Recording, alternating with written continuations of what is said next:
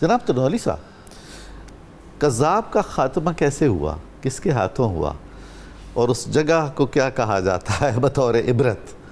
اور یہ فرمائیے کہ اس جنگ یمامہ کی روشنی میں، اس کے اثرات کے تحت ہم حضرت ابوبکر صدیق رضی اللہ تعالیٰ عنہ کے جو اہم فیصلے ہیں، خصوصاً منکرین ختم نبوت کے حوالے سے، ارتداد کے ضمن میں، اور منکرین زکوٰۃ کے حوالے سے، جو پھر بعد میں آج تک اسلامی ریاست کا جزو لا ینفک ہیں، اس کے آئین اور قانون کا ارشاد فرمائے۔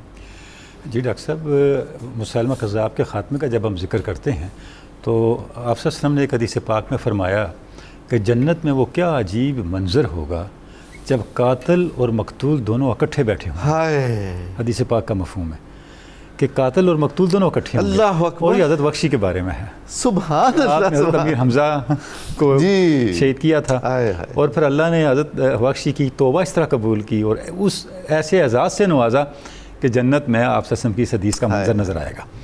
تو مسلمہ کذاب کے ساتھ جتنے لوگ تھے ڈاکٹر صاحب، وہ سارے قبائلی عصبیت کی بنیاد پر بالکل تھے، اور جب حضرت خالد بن ولید نے دیکھا کہ یہ لوگ ہٹ ہی نہیں رہے، بہت جم کے لڑ رہے ہیں، اس کا سبب کیا ہے، تو آپ نے دیکھا کہ مسلمہ کذاب اپنی جگہ پہ کھڑا ہے اور اس کی گرد جو حلقہ ہے، اس کی جان فروشی اور اس کی جو ڈیڈیکیشن، اس کی کوئی حد ہی نہیں ہے۔ فرمایا پہلے اس پہ حملہ کرو۔ اچھا، جب آپ نے اس کو نشانہ بنایا، اب اس کے پاؤں کھڑے گئے، اب اس کو بھاگنے کے علاوہ کوئی راستہ نہیں ملا۔ جیسے ہی وہ بھاگا تو اس کے گرد جو لوگ تھے انہوں نے کہا تم تو ہمیں مدد اور نصرت کا کہتے وہ کہاں گئی؟ اب اس نے ایک جملہ بولا مسلمہ کذاب نے، جو یہ بتاتا ہے کہ مسلمہ کذاب کی حقیقت کیا تھی۔ اس نے کہا اس کو چھوڑو مدد و نصرت کو، اپنے حسب و نسب کو یاد کرو، اللہ اکبر، اپنے قبیلے کی عزت کو یاد کرو، اس کو بچانے کے لیے لڑو۔ اب جیسی اس نے یہ بات کی، ظاہر ہے پھر سارے کو قدم اکھڑ گئے۔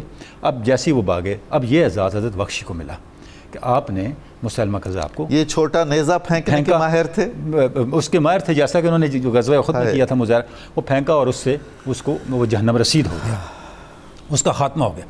اچھا ڈاکٹر صاحب، جو غزوہ یمامہ ہے، اس میں آپ دیکھیں یہ جو حضرت بخشی کے بارے میں آپ صلی اللہ علیہ وسلم کی بشارت بھی ہے اور آگے صحابہ کرام کے خوابوں کا بھی ذکر ہوا۔ ایک نقطہ ہمیں کبھی نہیں بھولنا چاہیے، ضرور، وہ یہ ہے کہ جتنے صحابہ خواب دیکھ رہے ہیں، تعبیر تو کسی طرف بھی جا سکتی ہے، جی، تعبیر وہ کر رہے ہیں جو آپ صلی اللہ علیہ وسلم پر فدائیت پر مبنی ہے۔ کیا بات ہے، کیا بات، ہمیں کوئی ایسے خواب آئے تو ہم کیا کرتے ہیں؟ صبح اٹھ کے صدقے دینے شروع کر دیتے بے ہیں، شک، بکرے لاؤ جی، فلاں ذبح کرو، اللہ بلائیں ٹال دے، یا وہ لوگ کیا کر رہے اپنے ہیں؟ روحانی مرتبے کی بلندی کی اور طرف لے کے جاتے ہیں۔ جی، اس کا مطلب کیا ہے؟ صحابہ کرام نے جنگ یمامہ میں ہمیں فنا فی یہ بھی بتایا آپ نے ہر چیز کو حرمت رسالت ماں کے پرسپیکٹو میں دیکھ کے سبحان اللہ، سبحان اللہ، یہ اسوہ صحابہ ہے۔ واہ، آپ ادھر لے کے جائیں اس کو کہ آپ صلی اللہ علیہ وسلم کی قربت کی تعبیر کون سی ہے، آپ صلی اللہ علیہ وسلم کی فدائیت کی تعبیر کون سی ہے۔ میں تو آپ کی بات لمبی ہو، بڑی ہو، اس میں برکت ہو۔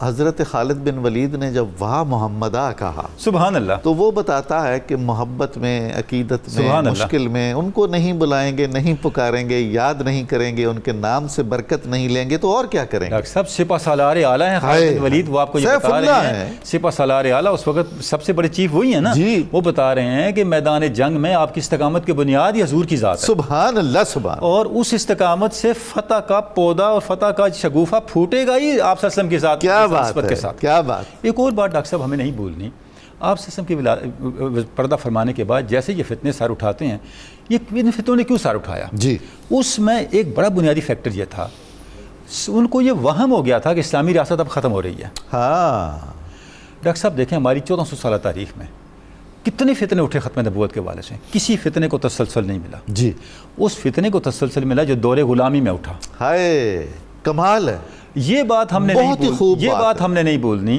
کہ ختم نبوت ہی اسلامی ریاست کی بنیاد بھی ہے، اور اسلامی ریاست کی بقا اور تسلسل بھی ختم نبوت کے ساتھ ہے۔ واہ واہ، یہ دونوں لنکڈ چیزیں ہیں۔ واہ، اور اگلی بات آپ دیکھیں، جب وہ اس فتنے نے سر اٹھایا، اس فتنے کی جڑ کب کاٹی گئی؟ جب پاکستان بن گیا، ہاں، پہلے نہیں ہوا، سبحان اللہ، پہلے نہیں ہو سکا۔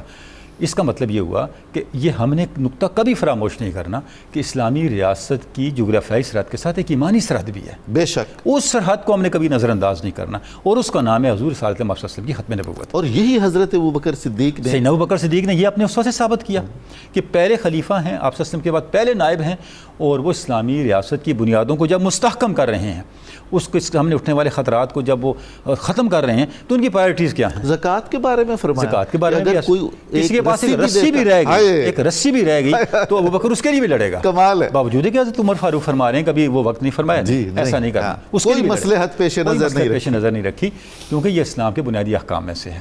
تو یہ جو بنیادی اسلام کے شعار ہیں، اسلام کی آئیڈینٹی جن کے ساتھ وابستہ ہے، اور اس میں بھی فنڈامنٹل جو آئیڈینٹی ہے وہ حضور کی ختم نبوت ہے، اس کے بغیر ہم آگے نہ بڑھ سکتے ہیں، نہ ہماری بقا کا کوئی راستہ ہے۔ اور ایک جملے کا اجازت دوں گا، جب اسلامی ریاست کی سیاسی بنیادوں کی اور پولیٹیکل فلسفی کی بات ہوتی ہے، علامہ اقبال کا ذکر کیے بغیر یہ بات مکمل نہیں ہوتی۔ حضرت علامہ نے اس میں ایک چیز کا اضافہ کیا ہے جو ہماری فکری تاریخ میں نہیں ملتا، وہ ہے روحانی جمہوریت، اسپرچل ڈیموکریسی۔ کیا بات! علامہ یہ کہتے ہیں روحانی جمہوریت کی بنیاد ختم نبوت ہے۔ سبحان کیوں؟ اللہ! اس لیے ختم نبوت کا سادہ مطلب کیا ہے؟ اب میں رسول اللہ کے بعد کسی کا غلام نہیں ہوں۔ مسلمان رسول اللہ صلی اللہ علیہ وسلم پر ایمان لانے کے بعد اس آسمان کے نیچے، یہ ریکنسٹرکشن ہے، اس آسمان کے نیچے سب سے آزاد ترین قوم ہے۔ اس حقیقی حریت کو جو ختم نبوت سے جنم لیتی ہے، انسانیت تک پہنچانے کا نام روحانی جمہوریت ہے۔ سبحان اللہ! یعنی جب آپ ختم نبوت کو ایک سسٹم میں ڈالتے ہیں، ایک ریاستی نظام میں لے کے آتے ہیں، تو اس سے اسپرچول ڈیموکریسی وجود میں آتی ہے، اور یہ وہ ویلیوز اورینٹڈ سسٹم ہے جس کی انسانیت کو تلاش ہے۔